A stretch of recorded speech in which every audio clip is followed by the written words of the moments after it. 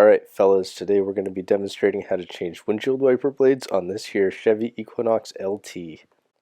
This is Danny. She's both the owner of that Chevy Equinox LT and Paul the Car Whisperer's girlfriend, and she's going to be helping out with the video today. So here's a close-up shot of a windshield wiper in case you haven't looked at one up close before, and you'll notice it's made up of two parts. This here circled in green is the windshield wiper arm. This stays. This is not what we're replacing today. That is permanent. And then what I have circled in red right here is the windshield wiper blade, and this is what wears out, and this is what we're going to be replacing today. So you probably know that your car has two windshield wiper blades on them, but what you might not have noticed is that they're actually usually two different sizes. Check this out. We got a big one and a little one. I never noticed they were different sizes.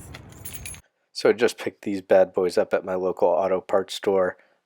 This car requires a 24-inch blade for the big one and an 18-inch blade for the small one. You'll be able to look that information up in your owner's manual, or just ask the person at the auto parts store and they'll be able to help you out. Alright, first things first, we're going to stand the windshield wipers up so that we have easier access to them. And to remove the blade from the arm, you're simply just going to pull it off. So here's a shot of what the wiper arm looks like after the blade has been removed. It just has this little hook that snaps into the blade, and that's why you just need to pull it towards you and it'll snap off. Alright, here's some bonus footage of me removing the blade from my Acura. Same process, except I have this little clip you need to flip up first, and then you pull it towards you just like on the Chevy.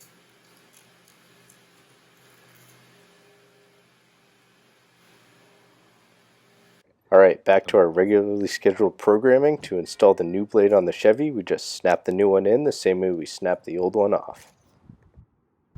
Last step is to test to make sure that everything is working properly. Do we have to wait until it rains?